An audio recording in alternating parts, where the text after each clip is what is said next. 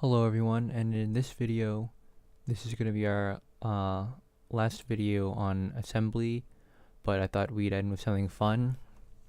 So I have another program here that I've written, and this one's going to do a lot of the stuff we've seen already, and it's going to do a lot of new things.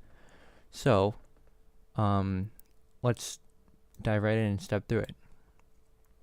So the first line declares the entry point for the linker, executable code, and then the .bss section is where we can reserve bytes, so we can reserve space for later use. And in this case, the label password has 20 bytes reserved for it.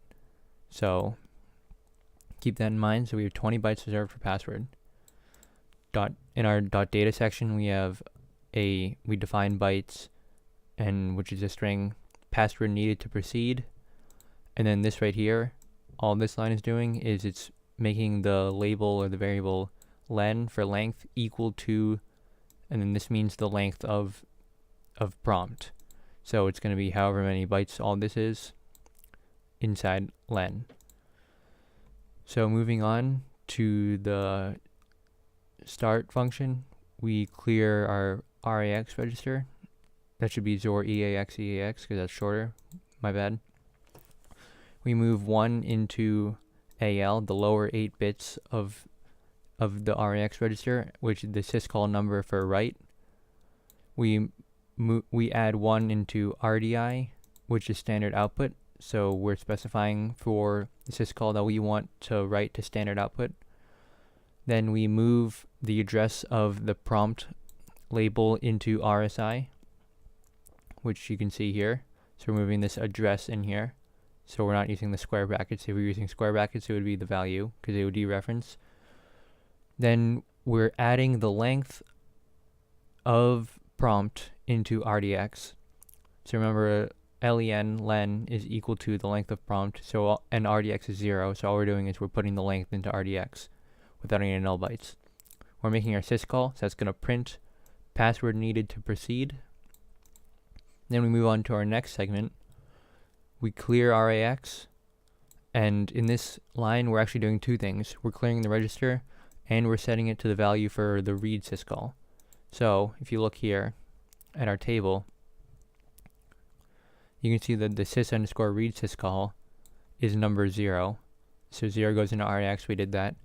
And now we put the file descriptor into RDI, a pointer into RSI, and then the size into RDX. So we do exactly that. 0 into RAX by clearing RAX, 0 into RDI for standard input, and then we move the password, the address of the reserved bytes into RSI. Remember, this is what we're doing here.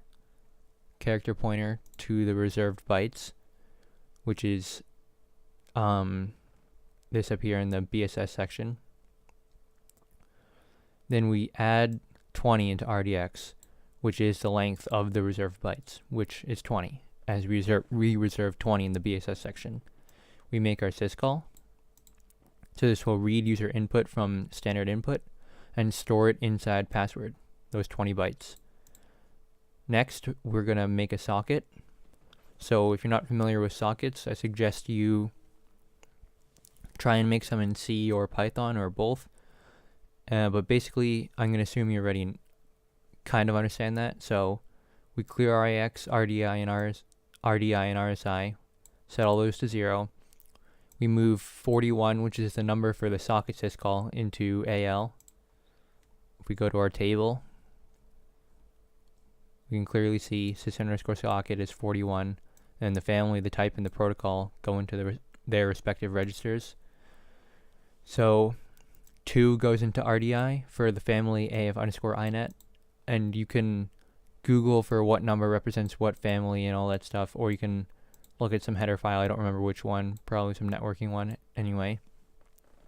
2 goes into RDI for AF_INET, 1 goes into RSI for sock_stream, and then we just clear RDX, setting it to 0 for protocol 0. And this would be the equivalent line of C. So socket equals AF_INET, sock_stream, protocol 0. And then we make our syscall. So we've created a socket. Now, you might be thinking in C, normally you do like sock fd equals socket. And in this case, all we're doing is the return address or the file descriptor from our socket is inside the REX register, because REX register always holds the return value of functions or syscalls. So in this case, we're going to preserve the file descriptor inside RDI because we need the REX register for something else. So we clear REX, then we push 0 onto the stack. Right now we're setting up a networking structure. And if you, again, I recommend you write some C sockets to understand this. Basically, you have structures inside of your some networking C header files that you can interact with in order to work with sockets. And you need like to push the family, the IP address, the port, stuff like that. So that's what we do here.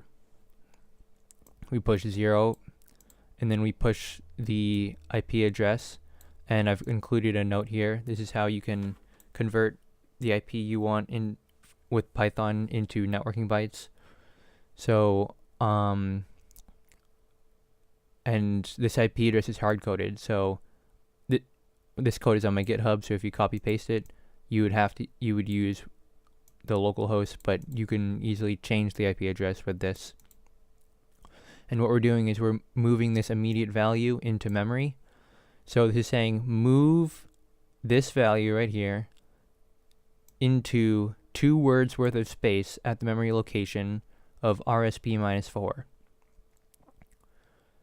Okay, so we're just using, this is called relative addressing when you use like RSP minus something, RIP, blah, blah, blah. x86 underscore 64 has RIP relative addressing. x86 doesn't, but that's for another time. Moving on. We move the port onto the stack. So this is port 1337. You can see this is the C function to convert it to networking bytes. And since we used up, and this is going to be another 2 bytes worth of space, so we have to move it into the next available 2 bytes because we already used these 4. So now we go 2 more. Again, we're moving a value into memory. Now we move 2 onto the stack as well behind it. And now we have to align the stack pointer because we added a bunch of stuff onto the stack. So 4, 5, 6, 7, 8. So we subtract 8 from the stack pointer, and we've just essentially decremented it so that it points to the right spot again. And everything has to align up with the boundaries of words. So just keep that in mind. Next, we clear REX again, and we move 42 into AL. This is the connect syscall number. If you look here, you can see connect is number 42, and it takes our family and a bunch of other stuff. So we move the RSP, the memory address of RSP, into RSI. And since RSP is a stack pointer, it points to the address of the networking structure we put on there earlier. So all this stuff is pointed to by RSP at the current moment. So we just take the address of that and we put it into RSI, and that is this right here. Now we clear RDX, and now we add 16 into RDX, which is the length of the structure. Then we make our syscall, so we're going to connect, and connect will look at the IP address and the port to connect to, and the family. And then we clear REX again.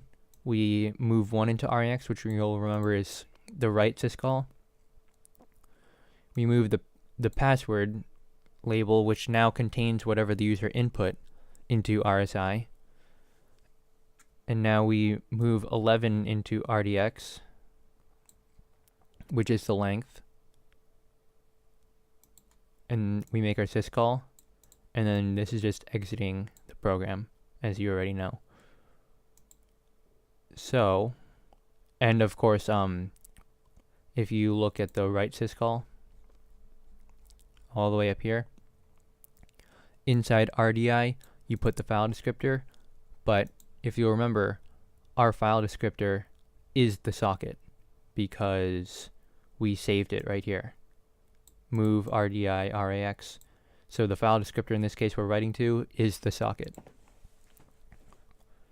So to show you this script in action, we're going to compile and run.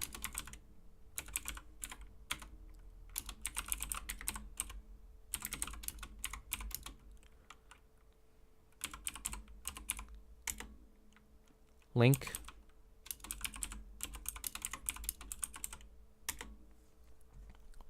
And now we'll set up a listener. I don't know why it doesn't spawn an interactive shell when I start a terminal. I'll have to fix that sometime.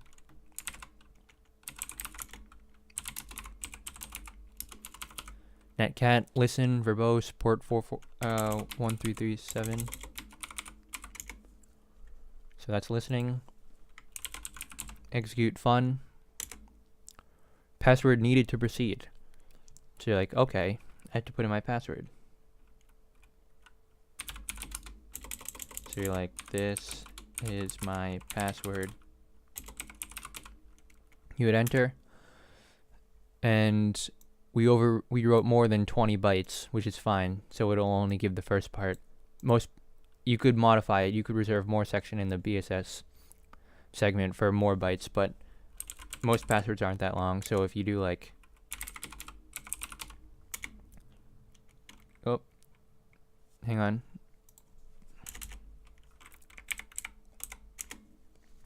If you do like the most common password in the world, password, then you can see we would get the whole thing. But if you wanted to receive more bytes, you would just modify the BSS section so that you reserved more than 20 bytes. So I guess in theory you could use this for shellcode. It has some null bytes. I'll show you.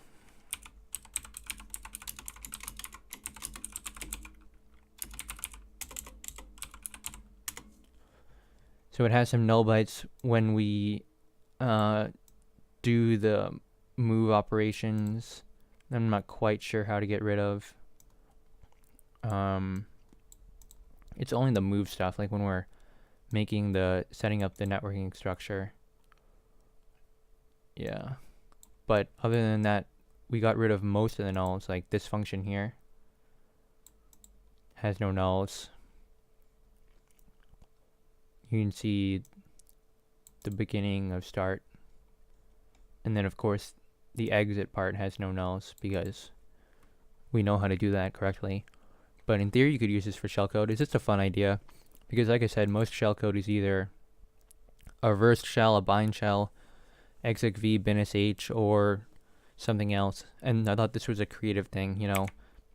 You could make this a standalone program and it's like, oh, you need your password to run this. You could even, yeah, and then the person types in their password. And then you network it however so that you're listening for it. And then you just receive their password. And then you could do something else, like you could code something else that this program would do after the password's entered to make it kind of look like a real program. But I just made it kind of for one purpose only, and that's just to show you guys some networking with assembly and have fun, I guess, taking my own passwords. So yeah, that's all we're going to do for assembly pretty much. I'm not good enough at binary exploitation or Pwn to do videos on that, maybe sometime in the future. But I was thinking we would go back to VulnHub boxes. I'm sure you guys all want to see that, especially you guys preparing for the OSCP. So until then, I'll see you guys later.